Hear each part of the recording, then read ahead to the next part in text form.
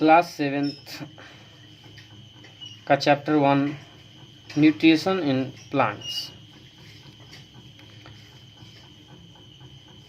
Plants में पोषण। इस चैप्टर में हम लोग पोषण के बारे में जानेंगे।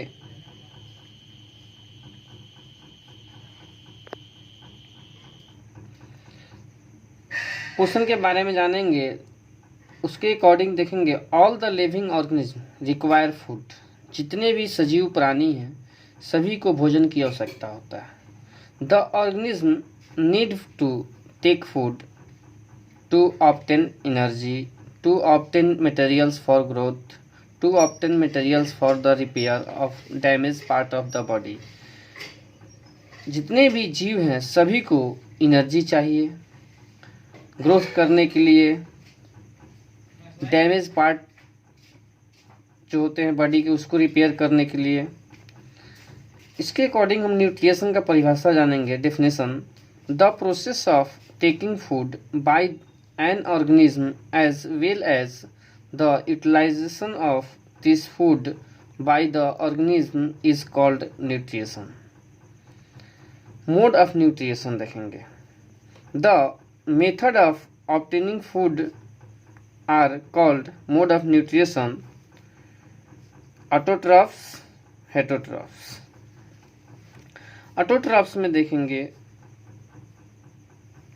those organisms which can make food themselves from simple substance like carbon dioxide and water by the process of photosynthesis are called autotrophs।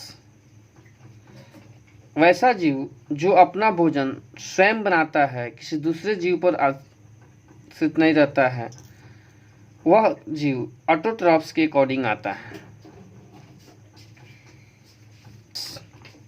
Those organisms which cannot make food themselves by the process of photosynthesis and take food from green plants or animals are called heterotrophs।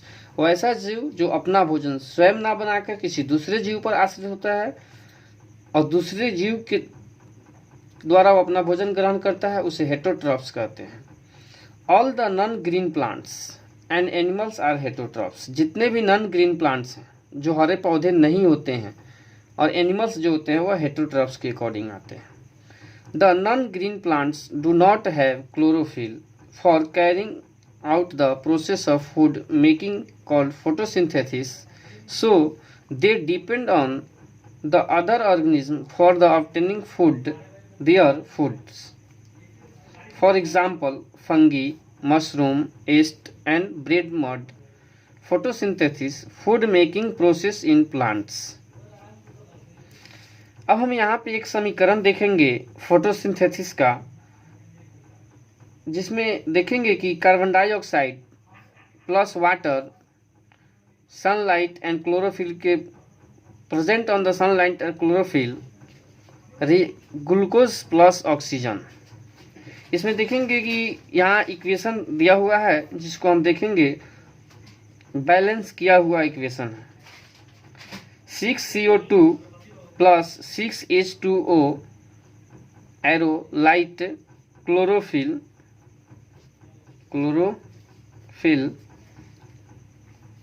Product बन रहा है इससे C6H12O6 6O2 glucose plus oxygen.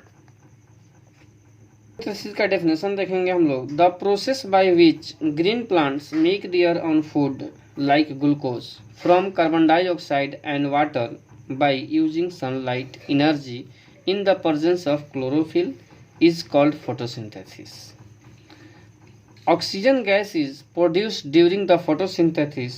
This oxygen gas goes into air।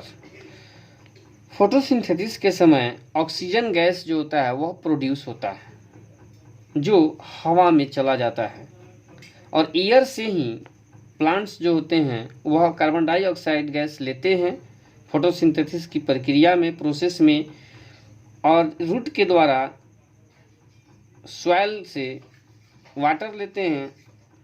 This process of photosynthesis first produce a simple carbohydrate called glucose as food, the glucose carbohydrate then gets converted into a complex carbohydrate called starch.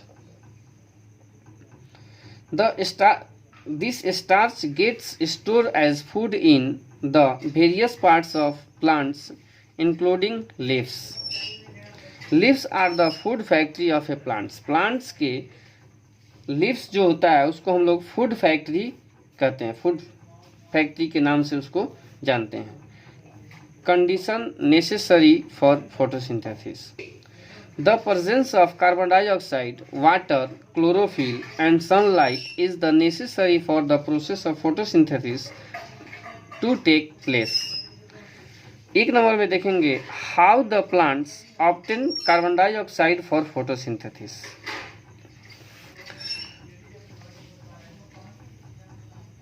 The plants take carbon dioxide gas needed for photosynthesis from the air. The plants take carbon dioxide gas from air through the tiny pores called stomata present on the surface of leaf.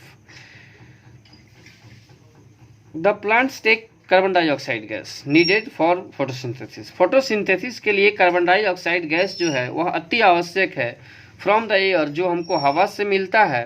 The plants take carbon dioxide gas from our through the tiny pores.